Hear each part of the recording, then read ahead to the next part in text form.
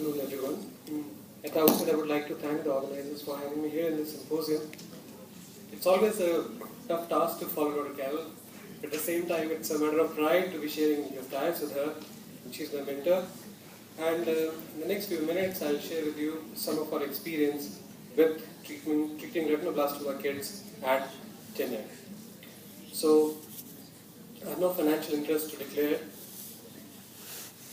So, as we know, about nearly 8 to 9,000 new cases of retinoblastoma are diagnosed in the whole world every year, and of which approximately 2,000 come from India. Traditionally, the treatment for advanced intraocular retinoblastoma has been enucleation, and this was followed by radiation, on which the Rees-Ellsworth classification was based. Then came along intravenous chemotherapy, but also came along its limitations in not being able to salvage eyes with group D retinoblastoma more than half the time. And this apparent gap in the care was filled by intraarterial chemotherapy. And we started intraarterial chemotherapy about 3 years back and published our initial results in the Indian Journal of Ophthalmology. I'm going to share a few cases that we managed with intraarterial chemotherapy. This was a case of one of our first few cases. And this was a group DI at baseline, which also had a tumor overhang over the disc, pre-retinal hemorrhage, and a temporal tumor. So this child received melphalan and topotecan, and after the first cycle you can see there is some tumor regression. After the second cycle, the disc is somewhat seen, the macula is getting clear, and after the third cycle the tumor is completely regressed with some amount of RP atrophy. The temporal tumor shows type 4 regression. So there's a remarkable recovery after the 3 cycles of IAC. Case 2 is a typical indication for an IAC, that of a unilateral group D retinoblastoma in a 1-year-old male who presented with leukochoria, which is apparently filling the globe. And you can see that on the ultrasound. And this is a large cloud of vitreous seeds obscuring the fundus view. And we started treatment with IAC. After the first cycle, there is a part of the fundus that is now visualized. And after the second, you can barely make out the disc. And then the underlying main tumor. After the fourth cycle, you can see the fundus clearing up, the vitreous seeds dissolving. And after the sixth cycle, the tumor is nicely calcified and the vitreous seeds have regressed. So there's a remarkable recovery before and after the treatment. Case 3 is a 9-month-old male with bilateral retinoblastoma. This child had 6 cycles of intravenous chemotherapy followed by 3 cycles of intraarterial chemotherapy in the right eye. And at the last follow-up, both eyes looked stable. So you can see with the right treatment strategy, how we can optimize the globe salvage. Another case of a 2-year-old male with unilateral group C retinoblastoma, and you can see it's predominantly exophytic with a prominent dilated draining venue. And this case responded very well to single cycle of intraarterial chemotherapy, and the same thing has been reported by Dr. Shields on some tumors responding with minimal exposure of IAC in certain cases. This particular case also had mild vitreous hemorrhage, and we just waited and did peripheral cryo to break down the blood-retinal barrier and hasten the resolution of vitreous hemorrhage. And with a single IAC cycle, the patient was stable. So case 5 is of a 2-year, 8-month-old boy who presented with squint in the right eye since 5 months, and it was a unilateral retinoblastoma. And we started the treatment. You can see the diffuse vitreous and subretinal seeds, and there's the macular vein tumor, and there is tumor overlying the disc. And after 2 cycles of intravenous chemotherapy, there was not much change that we saw, and then we switched to IAC, and here you can see some of the subretinal seeds along the infratemporal vascular arcade is regressed. The tumor over the disc is also regressing. But unfortunately, after the second IAC, the child developed vitreous hemorrhage, and this eye had to be enucleated. So it's not always a favorable outcome. You can also get forehead skin pigmentation. So in our practice, predominantly patients are male with sporadic bilateral disease, and a majority of them present with advanced retinoblastoma and have been treated with prior intravenous chemotherapy. Most of them have vitreous seeds or subretinal seeds, and the mean tumor size we saw in this series was 16.5 and 6.8 millimeters. Patients present with leukocoria strabismus or redness with an average duration of symptoms at 10 weeks. Most of the eyes had multiple tumors. Most of the eyes were treated with secondary IAC using a combination of melphalan and topotecan, and the treatment was augmented with intravitreal chemotherapy. Some of them had complications like vitreous hemorrhage and choroidal atrophy, as you saw. 2 eyes had to be enucleated, and these results are of a mean follow-up at 2 years.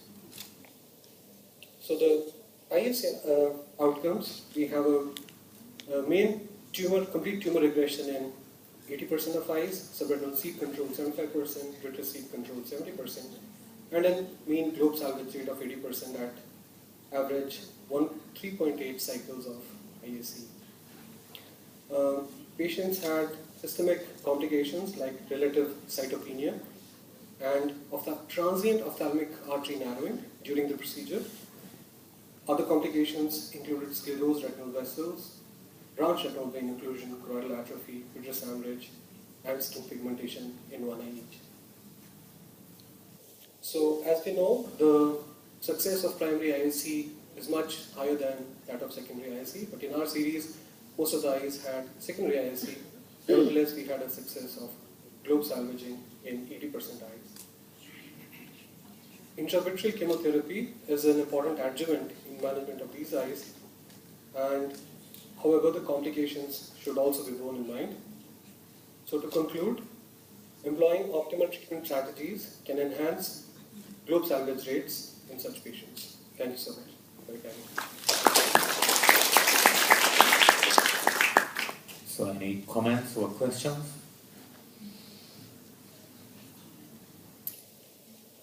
I have a comment and a question. Dr. Rishi showed you the true art of retinoblastoma management. It can be very complex. There's nothing simple about it. You know, you have to know when to give intravitreal versus when to just wait and see if the vitreous seeds respond to your IAC. For example, case 2 had a lot of vitreous seeds. You just sat it out, and all the vitreous seeds went away with the IAC. So there's a whole art. It's kind of like you're juggling solid retinal tumors, subretinal seeds, vitreous seeds. What am I going to do for each of these 3 types of malignancy? The other point I want to make is regarding the single dose or 2-dose IAC, the minimal exposure. Many of those cases that we showed minimal exposure were really like small tumors. You could get by with 1 dose. And has that been your experience? Yeah. So we have one case with a group B, a problem C tumor, and this child had minimal vitreous hemorrhage, and we waited, and we were not sure whether there are intermingled dust-like vitreous seeds. So to be on the safe side, we switched him to intravenous chemotherapy after the 1 dose, just to be sure, and then we also applied peripheral cryo to hasten or to resolve the vitreous hemorrhage. Okay. So. Questions from the audience? Yes. May I ask again the dosage for the intraarterial chemotherapy in your series? Because Dr. Carroll mentioned about 7.5 for the previous failure cases. What's your dosage? Okay, let me just repeat the question. Dr. Anning Chow from Taiwan asks, what are the doses that you use for intraarterial chemotherapy? So just as Dr. Shields has described in a paper, that it depends upon the laterality, the age of the child, and the extent or the classification of the tumor. Generally, the age of presentation is little on the higher side in India, So we generally go between 5 and 7.5 milligrams of melphalan for IAC. So we add 1 milligram of topical in the presence of vitreous seeds. And we plan for 3 cycles of IAC, and then depending upon the response, we go further or stop at that point. Other comments or questions? Dr. Rojanaporn from Thailand has a question.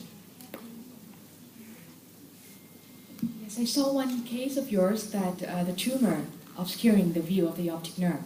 So Yeah. I would like to ask you, and also the panel, what's your experience? How comfortable do you follow the tumor that is over the optic nerve? How frequent do you do the MRI such like this? So as a baseline evaluation, we always do the MRI because it's not only about the optic nerve, it's also about the pinealoblastoma. Even though the incidence is very low, but as a baseline, we definitely do MRI in all cases. Regarding there are 2 different cases I showed. The tumor on the disc would actually be physically present on the disc, or it could be an overhang. So based on the images, you can probably you can have an idea if it's actually an overhang or the tumor is sitting there. So if it's an overhang, you could still get away with it. But if it's sitting on the disc, you have to be very careful. And depending upon in the first 2 or 3 cycles, you'll be able to tell if the tumor is regressing or not. And with the express consent of the parents, that in the eventuality that the tumor does not regress, might end up with enucleation still. I'll make a comment on that too. It's always a difficult judgment when you have a mass sitting in front of the optic nerve if there's optic nerve invasion. Back in the 1990s, when we were enucleating a lot of unilateral sporadic retinoblastoma, we looked at 400 consecutive eyes that came to enucleation and found that the risks for optic nerve invasion included large tumor greater than 15 millimeters in any dimension, total retinal detachment, and high pressure. So if you just have a little tumor that's 6 by 6 by 3 millimeters sitting in front of the nerve, chances are there's no optic nerve invasion. And just to cover for safety reasons, you might want to do MRI scan instead of twice a year, maybe every 2 to 3 months for the first 6 months or 1 year, just to be sure there's no enhancement in the nerve. So I kind of just bite the bullet, give IAC, and hope nothing happens for those that are less than 15 millimeters. Okay, I think this concludes our symposium. We thank you all for being here and asking the good questions.